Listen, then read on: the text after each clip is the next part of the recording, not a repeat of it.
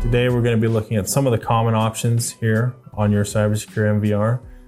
If you right click, you'll get this little context menu. This gives you a lot of options that aren't really in depth, but are commonly used. Common menu, the NVR will learn which menu options that you're going to most often, and it'll put those 3 options there for you. So it might be camera, network config, and backup, but as you use the system, that will change to the 3 most commonly used items. Single window is how you change the camera from a 4 window to just a single window. Multi-window is how you would show multiple cameras here on the same window, up to 16.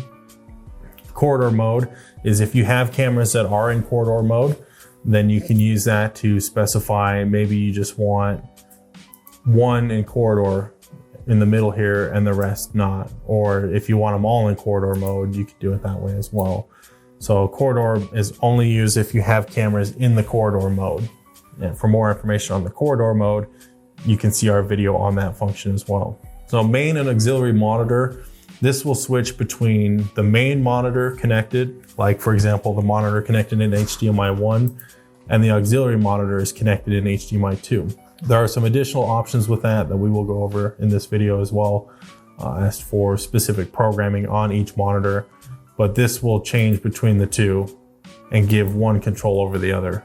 But if there's not an auxiliary monitor connected, then that button doesn't do anything for you. Playback is where we review recorded footage on the system. Preview mode is a way that they can add the VCA functions to the live view screen. So if we're on a multi-window and we change the preview mode to smart, you'll see on the right-hand side, similar to the ProView system, any smart event that occurs, it'll keep a log of it on the right-hand side. So you can see in real time if it's capturing faces, if it's crossing lines that have been drawn, or if it's a PTZ with auto tracking, you can see an auto tracking event occur. So that would be if you want to look at the smart events happening in real time instead of later on in playback. VCA search takes you to the smart search on playback. Output mode, there's a couple different options here between colors, bright, vivid, soft, standard. You can, change that as needed according to, what kind of monitor you have and which one looks the best for you. Manual is how you start manual recording. So if you have cameras that aren't recording according to a schedule, you can manually turn those recordings on or off. Typically that is used to save space on the hard drive, or if people are using the system in a reactive manner. A proactive system will record according to the schedule. If we click on the camera window here, we also get some options. The first option is a PTZ control. So you can select your PTZ with that. Then we've got a manual record and snapshot, right? These two, one is snapshot, one is record. We've got a playback, which takes the camera back 5 minutes and plays it back. That's where your digital zoom option is found, as well as your color options. There's the snapshot icon there.